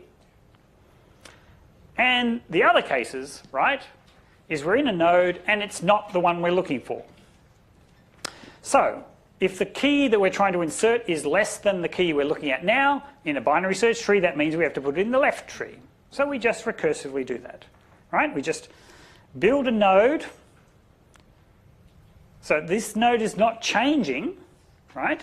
We're not changing the information about this node. We have to build a new copy because one of its subtrees is going to change. So this node has the same key and values as the previous version of it. Its left tree has changed. It will be the result of this recursive call. Its right tree is the same. Because we're not going to look in we know we're going to insert this thing in the left tree, so the left tree has to change. So the left tree is whatever this returns, right? The result of the insert. But we're still building a new copy of this node. What? Oh well, you're going to have to do without me. I think it's run out of batteries. Low battery. Well, someone obviously hadn't put it properly in its thing. Anyway, I'll try to speak louder. All right. And the only other case is the key we're looking for is greater than the key in the node that we are now. So what do? We're going to have to insert the key in the right subtree, which is going to change this node. So we have to return a new node, which has its current key and value. They haven't changed because we're not changing what's happening at this node. We're changing something underneath it. The left subtree doesn't change. The right tree is replaced by this one. Okay? So you see that what happens is, in essence, to change a tree, we have to change everything on the path down to where it is. And that's the same as the insert in the list. When we insert in the list, we actually build a new copy of everything we saw on the way down, but if we insert it in the middle, then the remainder of the list is unchanged, so we just use that as it was. Yeah? So the nice thing is we don't have to worry about that this is actually going to build new nodes, right? And some of them we'll never see again, we'll never use. Haskell, just like Java, will do the memory management for us. So if you think about, here is our starting tree, right? And we're trying to insert a new key H into this tree. What actually happens? We go to this node, we know that H is to the right. So we're going to copy this node across. We're going to keep the D and the 4. We're going to keep the left branch unchanged. Because we're going to insert in the right, so the left is not going to change. So we just have a pointer to this existing tree over here. We're going to have to build a new right tree. So now we're going to build a right tree given by inserting into this tree, which is the right subtree. So we look at F, we compare it with H, and H is bigger than F. So again, we're going to change the right. So we build a new node here, which is just F and 6, the same as before. The left subtree, the same as before. And now we're going to have to build the right as a result of the insert into this subtree. So we insert into this subtree, we look at H, it's again to the right. So we copy off the G and the 7. The left tree is the same, which is, in this case, a leaf, right? So we just copy leaf into there. And the right subtree is the result of inserting into a leaf, and remember that returns h and the value 8 and 2 leaves. So you can see, to build this new tree, the new tree, which is this one here, it has all the information of the old tree, but we only actually built the path down. And we just point at the old versions for the bits that we didn't look at. Right? But the old tree is still there. If we want to look up, let's say, if h occurs in the old tree, we can, and we'll find it doesn't occur there. Yeah? Or if we want to search before we put h in, we can do that. Okay, so insertion in trees, and if we try to keep the trees balanced, then with n nodes we can do this in log n operations. So if we're doing it in C, we do it in log n operations still, because we'd still have to do the recursive descent, but we'd probably only do one more allocation. We'd allocate one new node, or we'd rewrite over a new node, over an old node, right? If we're in a procedural language where we've got updatable state. Whereas in Haskell, when we have to basically build all the path down to the new node. So we actually have to allocate log n nodes, right? So you can see why declarative languages are much more memory intensive than than procedural languages, because we have this safety, right? We're going to leave the old thing there.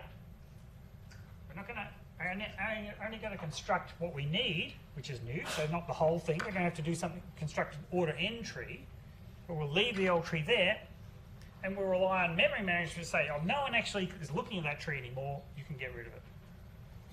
Yep.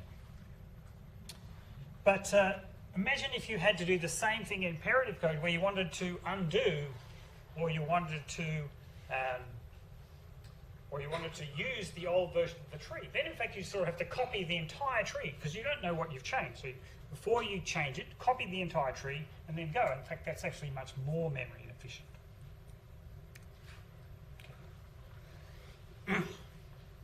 Okay, so we can now build a BST, right? So remember what a binary search tree was. It was a mapping between strings, from strings to integers. So how do we build a binary search tree? Well, we can do that straightforward. We've got the insertion. So how do you build one from scratch? Well, an empty tree is just the leaf, right? So if I want to convert an empty list of items into a tree, a leaf, right? That's an empty tree by definition. Otherwise, I look at my list of pairs. Yep. Here's the key and here's the value, and here's the rest of the pairs. I'm going to build a tree using the rest of the pairs, and then insert this one in that tree. Right? Simple. I could do it the other way. I could build a tree with this item in. Then I have to merge trees together. This is the simple way to do it. Right? Build a tree from the remaining pairs, and then insert this item in that tree.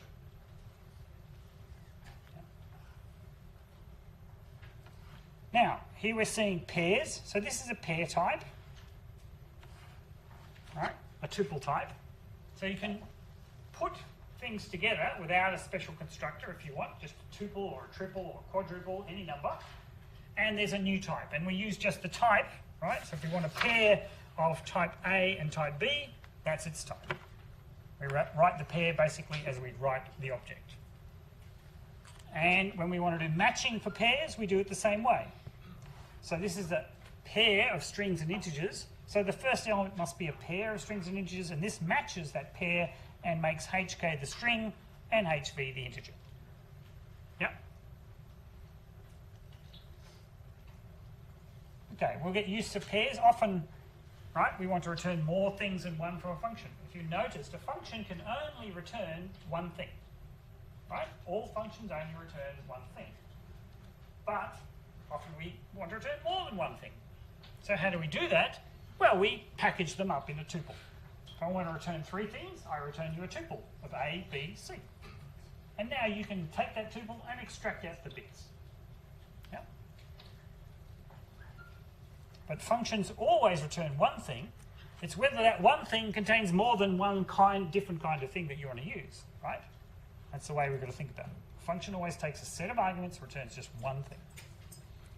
But that one thing could be a package holding lots of information. All right. So far we've built a very simple tree, right? It could only hold a string and an integer, nothing else. And in fact, it's by only our code actually makes it a binary search tree, right? This data structure could be a binary search tree coded on the integers, where we're using the integers to look up the strings, right? It's just how we write our code to insert and search and things like this, which makes that definition.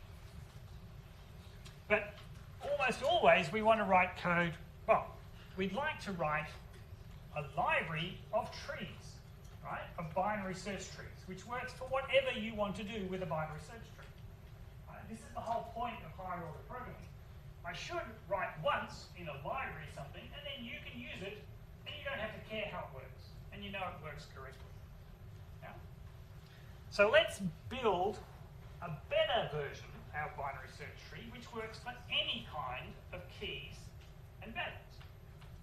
Right? So this is a general tree. So we've added, right? So it used to be just a type tree. Now it's a type constructor, which takes two types and gives you a tree of those two types, right? And the only thing we're changing, right? So K is the type. It used to be string, now it's K. That's the key type. And V is the value type. So those go there. And of course the recursive things are themselves the same kind of tree. So they have the K and the V arguments as well. All right? Nothing else has changed. Notice that we still have a leaf which has no arguments. We still have a node which has 4 arguments. And in fact, almost all the code we've written will work unchanged. Right? Some of the type definitions wouldn't be correct. And we'll have to add things there. Okay, so tree is a type constructor. Just like we've already seen the type constructors, right? List of A. Takes a type, like int, and gives you another type, list of int. This is a tree constructor, takes two types, key type and value type, and gives you another type, tree of that key value. Now, interestingly, almost all the code we built will not change, because what you do with a tree really doesn't depend that much on what kind of keys and values are, right? So we can count nodes. We used to have count nodes which took the tree, a fixed size tree, this fixed monomorphic tree, and give you back an int. Now the same code will work exactly the same. Because remember what count nodes did? It never looked at a key or a value. So it was totally independent of those keys and values. Right? We can count the number of nodes in a tree independent of what the key and the value types are. It's just the structure. Exactly the same code. All right, let's think about our search. Okay? So we want to use the same code. So let's just replace tree by tree of KV, and of course it took the key type, right, string, and returned a maybe of the value type, which was int in the special case. So if we try to do that, we're actually going to get an error message. That type is not correct. So there is some things, once we've got a binary search tree, we do have some things which we do with our keys and our values, right? So what we did with our keys is we checked if they were equal, and we compared them. That was the things that happened in the code. We checked, is our search key equal to our key? So we need the K, as key type, K, to be in the EQ type class. And we checked, we compared the two. So I need our key type to be in the ORD type class. Right? Okay. So it'd be nice to think we could always check the two things are equal. But it's not true. In fact, it's undecidable to check whether two functions are the same function. Right? There's lots of different ways of writing a function, and I can't actually check them equal. To check them equal is to say if I run it on the same input, do I always get the same answer? Okay, it's actually an undecidable question. One of the important things of computer science. Yeah. Let's go to last science. And how can Haskell know that K is an int? So here, it's an int. Here, it doesn't care. It's saying, you give me a tree of type KB and another K, the same K as this one, then I'll give you back a maybe V with this code. The whole point of that code is it doesn't care what kind of thing it is, right? We haven't finished yet because this is not quite enough, but once I add the information that K has to be an ORD and an EQ, then I've told Haskell everything I need to know about that type. Right? So, if I, interestingly, if I get the insertion code, not the insertion code, it's the search code I'm thinking about, isn't it? Oh, too far back. There. If I left off that type definition, then I could ask Haskell what its type was B. Well, in this case, it'll force, because tree is defined the way it is, right? But if I had the other tree definition, the new tree definition, it'll actually tell me exactly that. It'll tell me this is a thing which takes a tree of KB and a K, returns a maybe V under the circumstances that K is in the EQ type and the ORD type, ORD class. Okay? Haskell can actually see that because it sees, oh, it must be in the EQ type because of this, it must be in the ORD type because of this, and everything else is fine. So if the tree, the K of the tree is not the EQ type, so this will not happen. Yes, then Haskell will just say, you can't do that, right? So if you tried to have keys which were functions, so functions are not in the EQ type, right? Because we can't, this is what I was talking about, you can't decide functions, right? Then Haskell will not allow it. Or if you include a new data type, right? You build a new enumerator type, like some of the types we saw before, like binop, right? But binop, as defined, is not in the EQ type, right? So if you used a binary operator as the key, Haskell would complain. You could make it in the EQ type, but that's a different thing. Okay, so EQ and ORD are two of these type classes that are important, right? EQ is very clear. The EQ type class are things we can check for equality. And that's almost everything. Almost every data type is that. The only types we typically can't, if we want to check for equality, are functional types. And the other one is ordered, things which we can check ordering on. We can say, is this less than this, right? And that's many, many types, as we see. Strings, right? Strings are in the ORD type. We can compare strings automatically. It turns out everything in the ORD type is in the EQ type, right? So you don't have to write ORD of K, comma, EQ of K, because ORD of K is stronger than that anyway, right? If ORD of K holds, then EQ of K must hold. So the type that you get for search BST is this one, right? It says it takes a tree with key type and value type and a key and returns a maybe of the value under the condition that this key type is one of these ordered types. Yeah.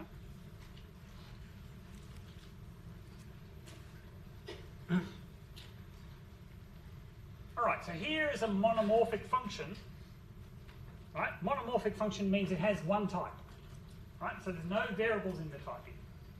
Yeah. What we're looking at is polymorphic functions, so that means they can take more than one type. So anytime we have a definition with a type variable in it, it's polymorphic. So this is for inserting a list, an element in a list. We just saw this code a moment ago. What I want you to do is write a type declaration for the polymorphic version. Right? We're not going to change the code in any way. We just remove that type declaration. What would Haskell tell us is its type? Because that's what Haskell will do when it's doing type inference. It'll try to generate the most specific type you can. Okay, and this is very different from other languages like Scala, if you've used Scala. Does anyone use Scala? No, okay, wow. It's a great language, but it's not at all like a strongly typed language like Haskell. It actually has a type system which is undecidable, and it means that often in Scala you have to insert type information, otherwise the compiler can't work out what you're meaning. In Haskell, the compiler always knows the best type for something. But that doesn't mean that you shouldn't write your own type declaration, because then it'll check with you. It also means you can be more specific. If you're only going to insert integers in the list of integers, then use this type. Because then if you try to insert characters into a list of characters, Haskell will say, hey, no, you can't do that. And that's what you meant. Right?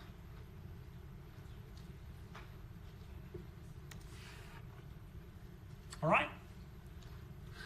We looked at our list. What did we do with the list? We pattern matched it. That's true for any list. We looked at the elements and we ordered them. Right? We did cons on those elements. That's fine for any list. More conses. That's also fine for any list. The only thing that we did on this list was we had to be able to check the relative order of two elements of those things in the list. Right? Nothing else we did with the elements with that. So that's the most general type.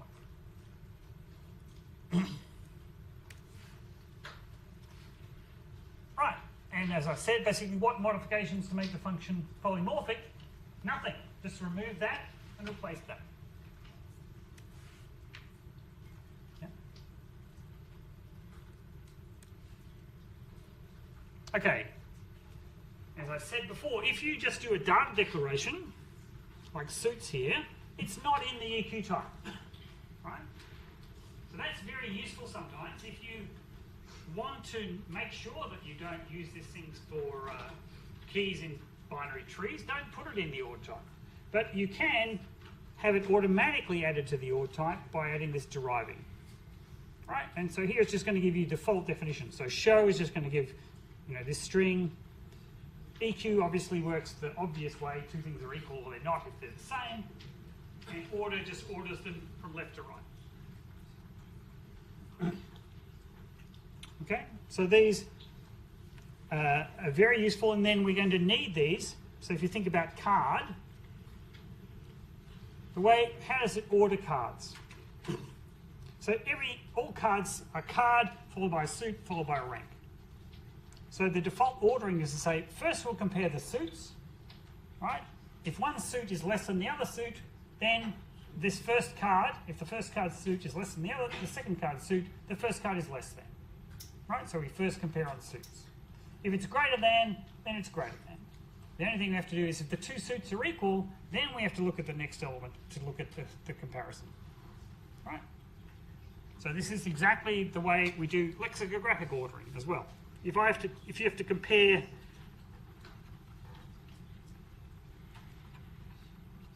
two strings like this, right, in the dictionary, which one comes first? Well, we look at A, they're the same, so we can't tell. Then we look at the next one, and because this next one is less, AB comes before AS. Right? So it's the same idea, lexicographic ordering. Go from left to right. If you find a differentiator, then you know the answer. Otherwise, if they're all equal up to this point, go to the next one. Okay, we've already seen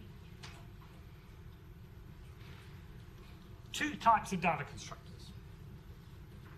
Recursive ones like tree, right? We know it's recursive because it occurs inside its own definition. Right? So that's directly recursive. And card, which doesn't appear anywhere, right? So non-recursive types can only hold a finite amount of data, right? A card can only have one suit and one rank in it, nothing else. A recursive type can hold an unbounded amount of data, because it can have a leaf, it can have a node, which itself has two leaves, which can store more things, right? So recursive types are highly useful because they give us all of the power to deal with unbounded data. And sometimes you can have types like this, mutually recursive types. So here we've got we've broken up our expressions into two kinds. Well, now we've gone more. We had expressions before which were integers. Now we're going to have booleans and integers.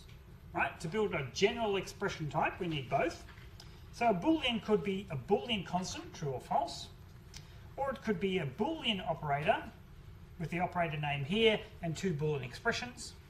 Or it could be a comparison operator, because if I write x less than y, then the result of that's going to be a Boolean, right? So there's the comparison operator, and it's going to be two integer expressions. For our simplicity here, we only have bools and ints. Yeah? And similarly, integer expressions can be what? They can be an integer constant int. We might have a variable type in here. We could have a variable type in both of them, actually. They're going to be integer operations like plus, so there's the name of the integer operation, there's the two integer expressions, or they could be an if-then-else expression, right? So an if-then-else takes three things. It takes a Boolean, which is the test value, is it true or false, and two integer expressions. So if I want to write down if A is less than B, then A else B, right? That's an if-then-else expression. The first thing, A less than B, is a Boolean expression, which itself has got integer expressions inside. Right? So you can see we can build complex types, mutually recursive types, which each contain the other kind. And the nice thing is we'll find that almost all our code that deals with this kind of type will look very similar. Right? We've seen for simple recursive types, we typically have one case for the base case, the non-recursive constructors, and one for the recursive, for each recursive constructor. Right? So basically, we can put out one case for each data constructor. Right? Now, one thing I should point out is a recursive type always has to have a base case. Otherwise, there's no way out. Right? Otherwise, I keep going down forever. I can't stop. Right? If I just had a data type rec equals the A constructor followed by an int followed by a rec, or the B constructor followed by a string followed by a rec, I can't build one of those, right? Because in order to build one, I have to have a rec to put here, and then I put an int and an A on top, but I can't build the first thing. So I need some base case to start the process.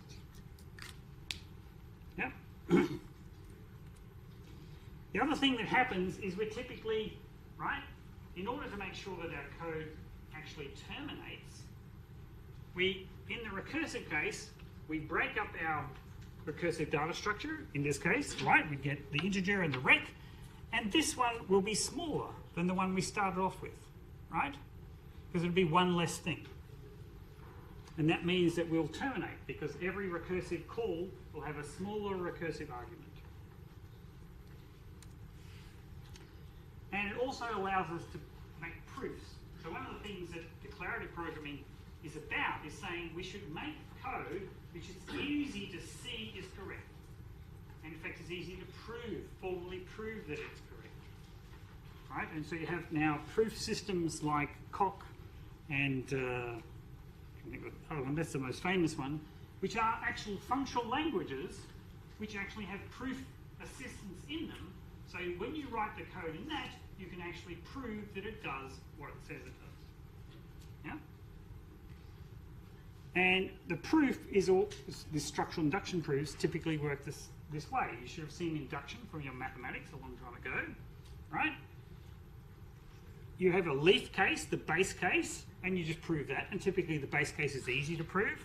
And then you have an inductive case, right? So if I want to prove that my length code returns the right length of the list, I say length of empty list equals 0. Well, that's correct. For the base case, it is true that the length of the empty list is 0. Okay? And then I look at the second case, which says the length of the list x followed by xs. This is 1 plus the length of xs. And I prove that this is correct inductively by saying, let me write the code so it's a bit more obvious what I'm saying. So if length works for all lists up to length k and is correct, assuming that it does, it's correct for all lists of length k, then this will return me the right value. Now, this is a list of length k plus 1, because this is a list of length k, and now this will return me the right value, k plus 1. So length is correct for all lists. Right? So this notion of inductive proof and the way we program are linked together. And it's one of the reasons we want to do procedural programming is that we can actually be confident that our code is correct because it's easy to look at the code and actually prove it's correct. Because the notion of proof is induction completely allies with the way we've written our code. Yeah? Much harder to prove length written in C is correct, right? We'll have to do an inductive proof, but the while loop in the C will mean that we have to build a loop invariant effectively to store that. Whereas in the recursive length function, it's there in front of us. Okay, so you may think no one proves their code is correct. Well, actually that's not true. More and more code, critical code, is being formally proved correct, right? So there's the famous cases from Australia. There's a approved microkernel, which is probably in most of your phones, unless they're Apple phones, right? Proved that that microkernel has some safety properties, because we know that incorrect code is what's causing a lot of grief, right, in the world, because we can do cross-site injection attacks, SQL injection attacks, lots of things. All of that relies on the code not doing what it says it's doing, right? Proving code is important, and important pieces of code like packet sniffers that look at all the packets that come into your computer and look for suspicious packets. You want to prove that they're actually doing what they said. And so people do that, right? And we're getting better and better at proving bigger and bigger projects. And things like NASA, right? They're much more keen on proving their code, which is now 1 billion miles away, works correctly, because if it goes wrong, there's no one who's going to just step out, pick up the Mars rover, and reboot it for them, right? So there are definitely, we are definitely getting more and more. We've always wanted to, as computer scientists, we've always wanted to do this, but it's becoming more and more important for us to prove that our code is correct, right? And functional languages allow you to do that much more easily. Okay, just finally to finish up, structural induction, you can also work on these complex recursive types, right? So when I have these bool expressions which also involve int expressions, I can do a mutual recursion where I say, let's say, any expression of size up to k is correct. It works correctly. And now I'll look at all the expressions of size k plus 1, and I'll basically have one of those for each of the cases of my constructor. Then I'll prove that, and then I'll be confident my code does what it does, right? And here I'll have some number of non-recursive equations, so I'll have more base cases to deal with, and some number of recursive equations, and I have to prove all of them are correct. So these complex types, you won't see that often because you can often get away without them, but they're things like expressions. When you're building compilers, you love this, and that's why Haskell is a great language for building compilers. The Haskell compiler is an incredibly beautiful piece of machinery, very complicated, and it does more than most other compilers just because it's so much easier to write this stuff in a language like Haskell. Right, there's another interesting thing I can get onto if needed, which is that you should always write a compiler for your language in that language. Right? So the reason for that is, as long as you've got a working compiler, then you can fix the compiler using that compiler. Right? But if you wrote your compiler for your language in COBOL and you tried to use it today, you'd be really hard pressed to find a COBOL compiler, right? But since you wrote your C compiler in C, then you can use your old C compiler before you added the bugs to compile your new C compiler while you're getting the bugs out of your new C compiler. So almost all languages are written in their own language, but it does show you there's this bootstrapping problem. How do you get the first C compiler if you wrote your C compiler in C? And that's an interesting challenge. Anyway, that's enough. It's 8:13. More than enough time. We'll come back and look at writing an interpreter.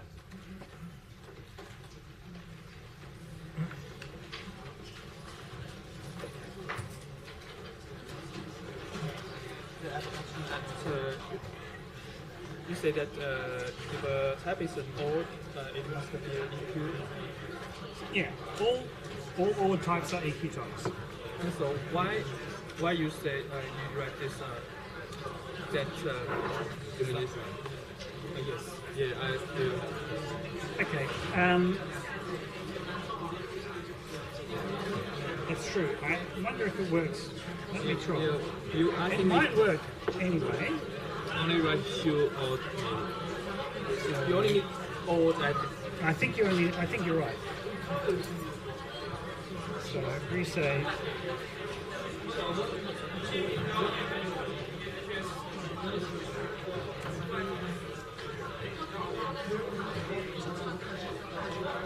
No, the problem is the OR requires the EQ to build it. but the second one doesn't have EQ, right? Right, but so that means you can order these things. Oh yeah, that's true. But I think possibly the second one is wrong. Oh, I'll just.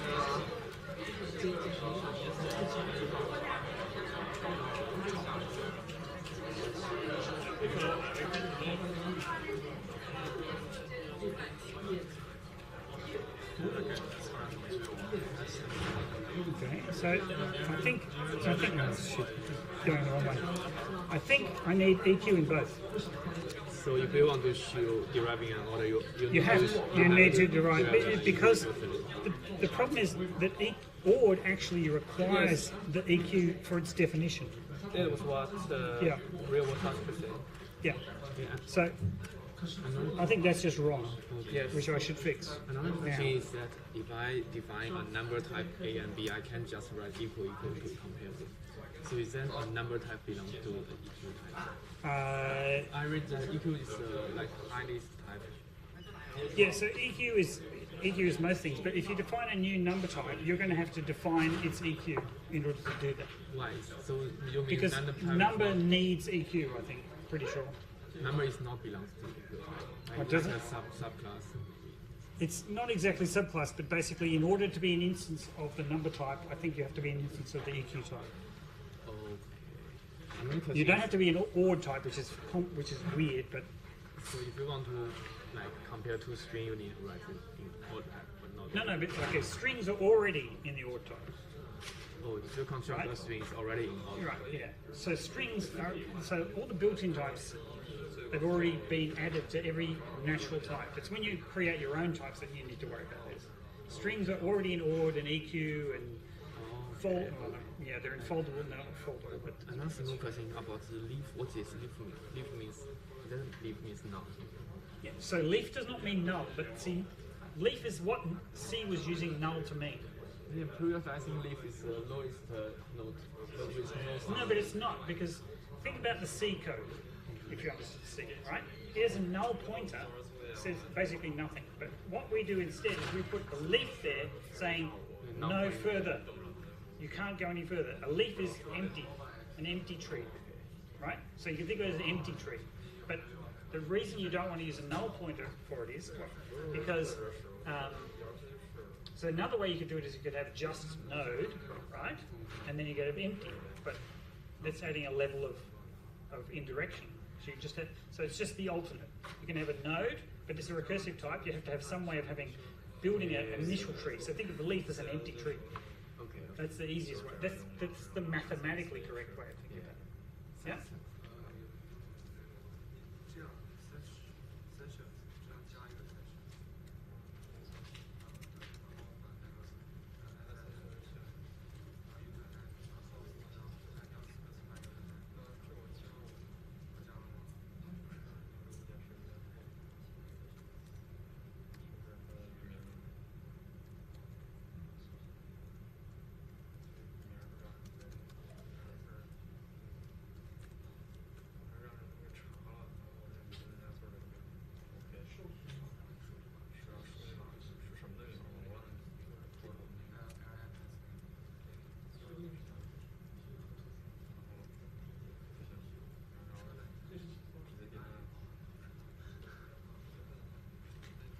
Yeah. I just want to ask, how can I connect to the Unix server?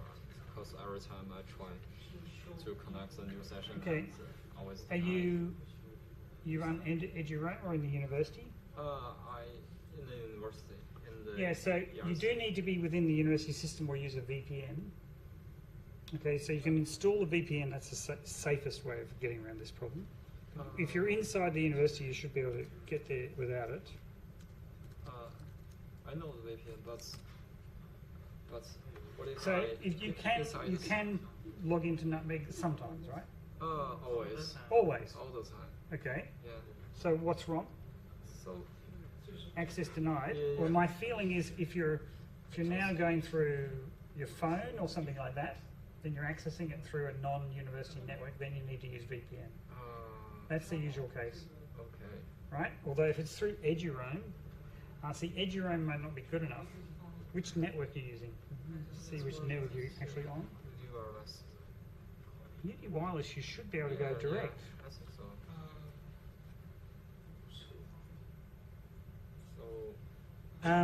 Well, I think the safe thing is just use a VPN because that's never had problems. Okay. I don't understand why it wouldn't allow you through Uni Wireless because you're already inside the university system, so it should be allowed. But Will there be the possibility that my account is not activated in? In engineering, but you have been able to log in at some time, or you've never logged into Nutmeg. Maybe today is the first time. But you did. Yeah. Once if you've logged into it once, then for sure Nutmeg knows about you, so it's not that issue. So then I think the only issue can be the network connectivity. You're saying Nutmeg and DimeFox will not allow you to log in from outside the university. Okay. Now I would have thought that using Uni Wireless would allow you to do it, but maybe that's not enough. So then I think VPN is probably the reason. So run the university VPN, and then you'll for sure be able to. Even if I am wherever you are. inside the campus, I need VPN. Well, yeah, I think it's stupid that you do. It shouldn't be the case. But it seems that's the only explanation I have for you. Okay? Because if you're on Uni Wireless, you've already proved that you're a university student and you're in the system, so it shouldn't need it. But that's the only thing I can think of. And the passport's just the same as my students' Yes. portal. Yes. Maybe the Right, but at least you actually have successfully logged into these machines, so you know, because it is possible if you just enrolled in the subject that your account hadn't moved to engineering IT. Not but you've been enrolled in engineering for a while, so that sometimes it happens when you get a student who's not in engineering or has just started or whatever, that the engineering servers don't have their accounts, but those things all update in a day or so. Okay. So it's not that issue, and we know that's not that issue because you've logged in already. There's also some weird thing with some login times being very long. That might be what's going on, but I thought they'd basically fix that now. Okay. Okay. Thank you very much. Okay.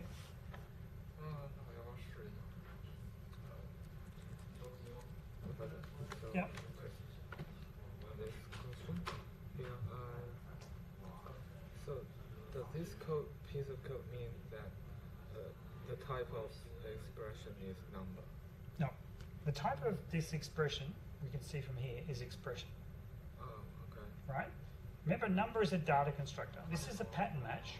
Okay. So I could have written it almost the same way. That's the way we've seen other pattern matches before. I could have written this code. So we can use a constructor as a pattern match. Yes. Oh, just another page on here.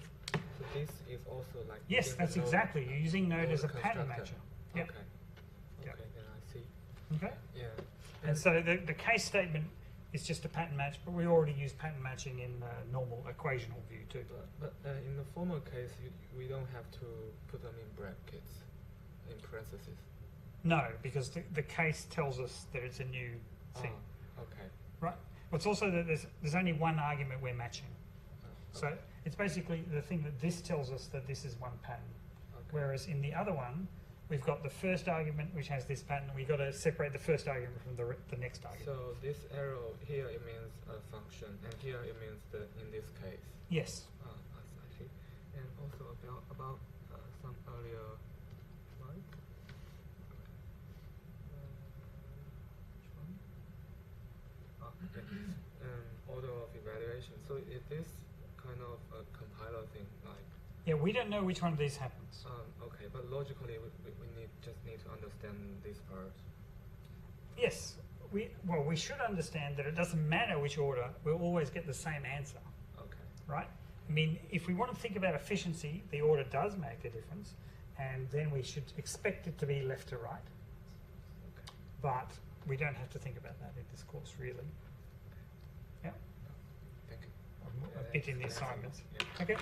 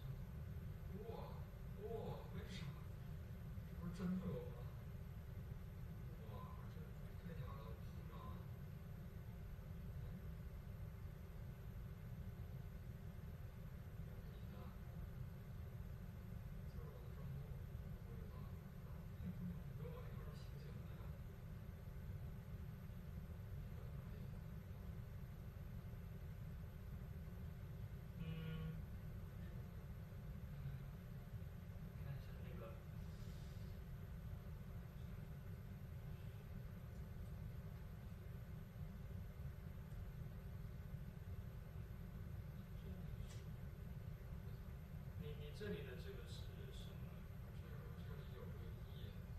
就是你网页上那个这个页。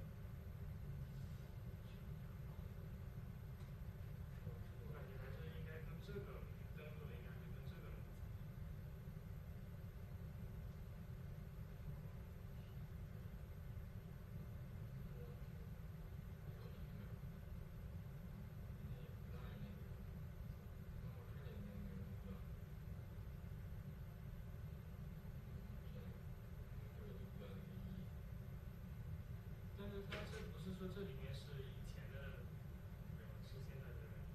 有一个啥那个人也是那个现在是有意义。但是你刚试了1个，但都不行。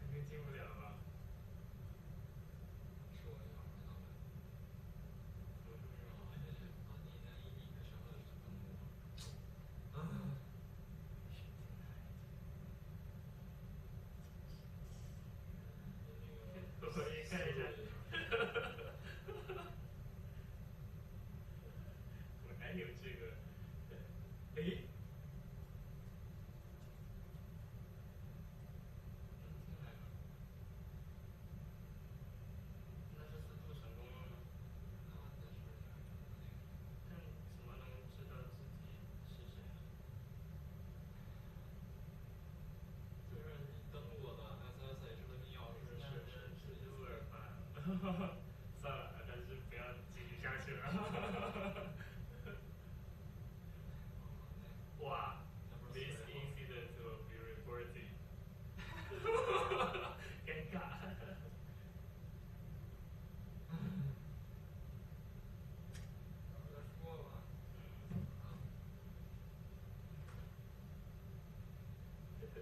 不要来抓我！